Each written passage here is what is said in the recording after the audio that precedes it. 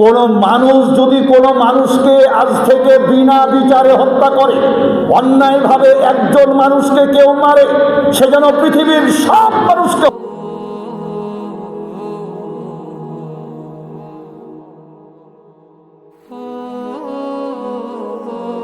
সম্মানিত মুসল্লিগণ, তাহলে রক্ত সম্পদের পবিত্রতা, কারো সম্পদ অন্যায়ভাবে হরণ করা যাবে না, কারো সম্পদের দিকে তাকানো যাবে না।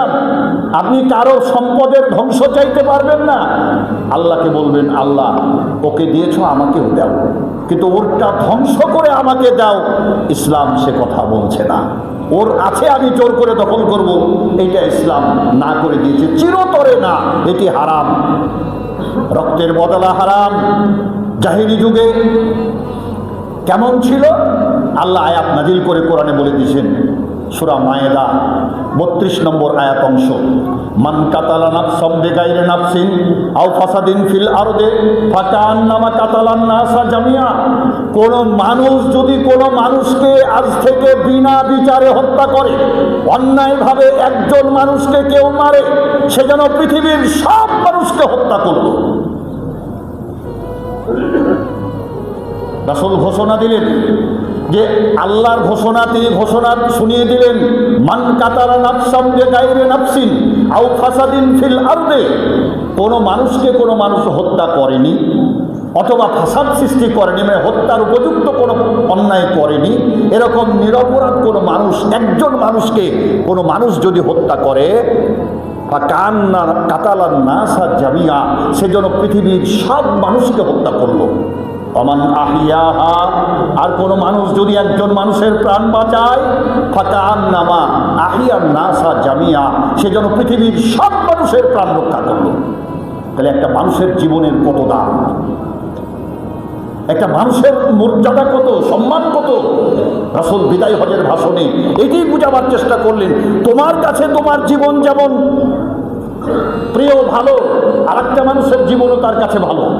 সুতরাং তোমার পরিবার যেমন তোমার কাছে ভালো, অন্যের পরিবারও তার কাছে ভালো। সুতরাং কারো পরিবার, কারো সম্পদ, কারো সন্তান, কারো কোনো কিছুর প্রতি বদ নজরে তাকানো তো দূরের কথা, বাজে মন্তব্য করা দূরের কথা, এগুলো থেকে মুক্ত থাকবা। এটা আজ থেকে চিরতরে হারাম ঘোষণা করা হলো। আমরা বলছিলাম রক্ত সম্পদের পবিত্রতা। এরপরে আল্লাহ রাসূল বললেন, জাহিলি যুগের সকল প্রথা বাতিল করা হলো। তাহতা কাদামি উজিব, আরবিতে যেটা বললাম, রাসূল বললেন যে জাহিলি যুগের সব প্রথাকে আমি পদদলিত করলাম, পদপিষ্ট করলাম, পায়ের নিচে দাবিয়ে দিলাম। আজ থেকে কেউ আর এটি করতে পারবে না। জাহিলি যুগে কাবা ঘরেও এগুলো চলতো। কেমন? কাবা ঘরের যে খাদেম ছিল, সেই খাদেমের কাছে কয়েকটা তীর থাকতো, আর তীরে আরবিতে লেখা থাকতো নাম, আরবিতে নাম, বাংলা হলো হা, আর আরবিতে লা, বাংলা হলো না। তো কোনো বিষয়ে কোনো মানুষ কিছু করবে, ভাগ্য পরীক্ষা করতে হলে করবে কি করবে না, কি কুসংস্কার চলতো দেখেন, রাসূল এগুলোকে পদদলিত করলেন।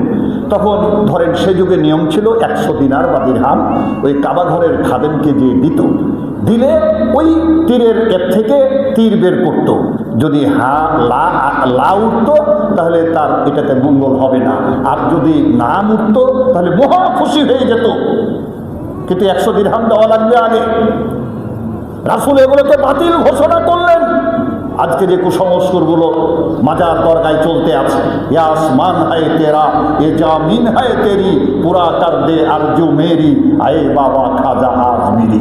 আকাশের মালিক তুমি, জমিনের রাজা, মনের আশা পূর্ণ করো মঈনুদ্দিন খাজা। নাউজুবিল্লাহ, আস্তাগফিরুল্লাহ। রাসূল এগুলোকে পদদলিত করলেন। তাহলে এই যে সমাজে চালু আছে, ওটা কাবা ঘরেই ছিল। রাসূল বললেন আজ থেকে এগুলো চলবে না, কেননা মানুষের তাকদীর লেখা হয়েছে পৃথিবীর সৃষ্টির 50,000 বছর আগে। হাদিস শুনেন, কাতাবাল্লাহু মাকাদিরাল খালাইকে কাবলা আন ইয়াখলুকাস সামাওয়াতি ওয়াল আরদি বি50 আলফা সানাতিন ক্বালা ওয়া কানা আরশুহু আলাল মা। রাসূল বলছেন এই পৃথিবী সৃষ্টির 50,000 বছর পূর্বে মানুষের তাকদীর লেখা হয়েছে যখন আল্লাহর আরশ ছিল পানির উপরে, ওয়া কানা আরশুহু আলাল মা। আল্লাহর আরশটা পানির উপরে ছিল।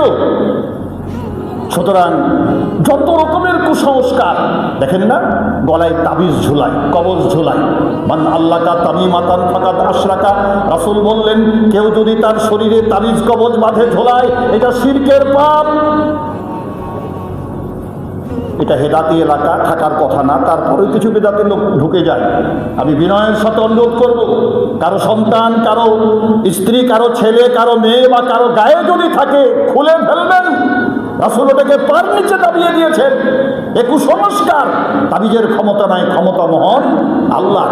আপনি সূরা ফাতিহা পড়ে আপনার গায়ে ফু দিবেন, আপনি সূরা ফালাক আর নাস পড়বেন, মুআওযাতাইন বলা হয় যেটাকে, দুই সূরা একসাথে পড়ে সূরা ফালাক আর সূরা নাস, আপনি আয়াতুল কুরসি পড়বেন, আপনি ফু দেন, রোকায়া করেন, শরীয়তে জায়েজ আছে। কিন্তু ওই যে তাবিজে গিট দেওয়া, তাবিজ ঝোলা, কবজ ঝোলা, ইসলাম বলছে সে শিরকের পাপ করলো। আর ওয়ামান ইউশরিক বিল্লাহ, আল্লাহ করে বলছে যে শিরকের গুনাহ করে, ফাকাদ হারামাল্লাহু আলাইহিল জান্নাহ, তার জন্য আল্লাহর জান্নাত হারাম। ওমা ওয়াহুম নার ওমা লিয-যালিমিনা মিন আনসার।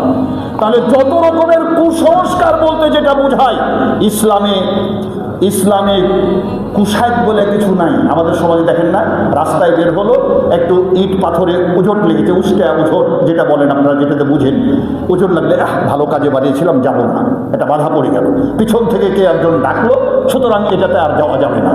ইসলাম বলছে এগুলো কিচ্ছু নাই, এগুলো নাই। ইসলামে আছে বদনজর। ইসলামে বদনজরের কথা বলা হয়েছে। আল্লাহ রাসূল বলছেন বদনজর আছে। ছোট বাচ্চা, ঘোড়া, নতুন বাড়ি, এগুলোতে বদনজর লাগে। কি করবা? ওই যে সূরা ফালাক আর নাস আপনি নিজে পড়বেন, ওই হুজুর ডেকে নিয়ে সে পড়াতে হবে, ইসলাম সে কথা বলছে না। আপনি নিজে আমল করবেন। ইসলাম এমন কিছু নয় যে আপনি পারবেন না আর একজনকে ধার করে নিয়ে সে পড়াতে হবে। আপনি পারলে এটা সর্বোত্তম। আপনার বাবার জানাজা যদি আপনি পড়াতে পারেন, এটা সর্বোত্তম। আপনার স্বামী মারা গেছে, স্ত্রী গোসল দেবে, স্ত্রী মারা গেছে, স্বামী গোসল দেবে। 1450 বছর আগে রাসূল এই ঘোষণা দিয়ে গেলেন, আয়েশা, তুমি যদি আমার আগে মারা যাও, আমি নবী নিজের হাতে তোমাকে গোসল দেব, আমি তোমার পাশে দাঁড়াবো, আমি তোমাকে কাফন পরাবো, আমি তোমার কবরে রাখবো, আমি তোমার পাশে দাঁড়িয়ে থাকবো। ইয়া আয়েশা, তো লাউ মুত্তা কাবলি ফাগাসালতুকে ওয়া কাফানতুকে ওয়া দাফানতুকে ওয়া কুনতু ইলাইক, আমি তোমার পাশে দাঁড়াবো। আর আমাদের সমাজে প্রচলিত আছে যে স্বামী মারা গেলে স্ত্রীর সাথে সম্পর্ক টুটে গেল। নাউজুবিল্লাহ, আস্তাগফিরুল্লাহ। আচ্ছা, সম্পর্ক যদি টুটেই যায়, তাহলে স্বামীর অংশ পাবে কেমন করে? স্ত্রী অংশ নেবে না। আল্লাহ রাসূল বলছেন 1450 বছর আগে বিদায় হজের ভাষণে বললেন, আমি আসছি, আর পয়েন্ট আছে মহিলাদের বিষয়ে, এইগুলো হারাম, এগুলো বর্জন করতে হবে। তাহলে সকল প্রকার জাহেলিয়াত বলতে যেটা বোঝায় কুসংস্কার, এটাকে রাসূল পদদলিত করেছেন। এটা নিষিদ্ধ, এটি হারাম।